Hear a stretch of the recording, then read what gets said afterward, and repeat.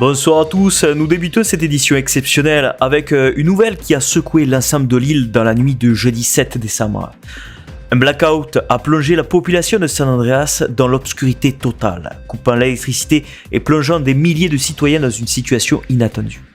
Les premières informations font l'état d'une attaque ciblée contre la centrale électrique de Los Santos, qualifiée même d'acte terroriste par le Los Santos Police Department. Nous avons recueilli des témoignages et des informations exclusives pour vous éclairer dans cette situation critique. Mais tout d'abord, voici l'interview du lieutenant Strickland, l'un des négociateurs impliqués dans l'intervention, avec des images exclusives de nos reporters Noah Bennett et Joseph Ganov.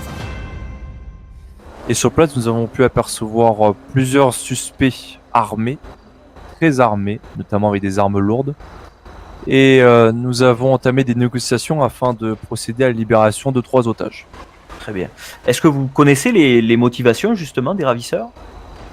Alors selon leurs revendications, moi j'ai discuté avec plusieurs individus, dont un individu qui m'a indiqué que c'était volonté de leur part, que le gouvernement ne faisait rien pour leur population, qu'ils étaient discriminés. Il m'a pas indiqué la population, mais que on va dire que l'économie ne tournait pas très bien, qu'il y avait trop de gens pauvres dans notre État, et que ils souhaitaient marquer une sorte d'arrêt de la ville en coupant l'électricité dans tout Los Santos.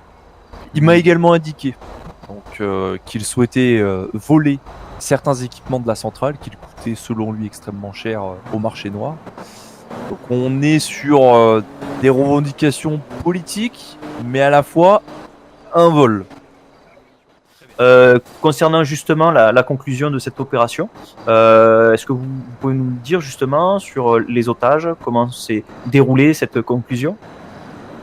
Alors c'est très simple, c'est que on a de notre côté les Speedy accompagnés des agents de l'USSS et également des agents de l'LSSD. Nous avons pu récupérer sains et saufs les 3 otages, donc une femme et 2 hommes, qui ont été des employés de la centrale. Et leur demande, c'était simplement des demandes assez classiques, dans le sens où ils ne voulaient pas de herse, ils voulaient une libération d'une des voies pour leur fuite, et pas d'hélicoptère en tout cas sur place. Voilà, et en fait, donc la poursuite est toujours en cours sur les individus, et dans tous les cas, une enquête a été ouverte du côté de notre division détective bureau.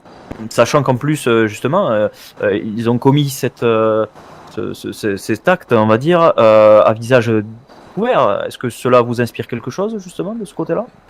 Eh bien, la seule chose ce qui m'inspire, c'est que les personnes n'ont pas peur des retombées de cette terrible attaque, parce que moi, j'appelle ça une attaque terroriste, pour ma part, sachant qu'il y a une revendication politique dans les propos qui ont été tenus de la part des preneurs d'otages, à voir avec le département de justice si nous arrivons à arrêter les suspects et si nous allons les écrouer vis-à-vis du terrorisme. Mais bon, on vous tiendra au courant. En tout cas, on tiendra informé de notre communauté de Los Santos.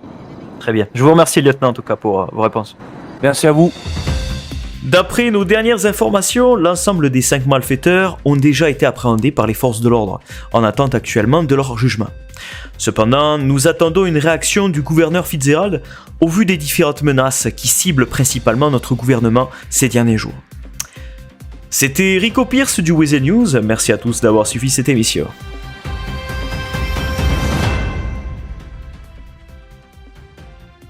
Regarde, il est où mon café là? Ça fait 10 minutes que j'attends, bordel. Vas-y, t'en as quand même, merde.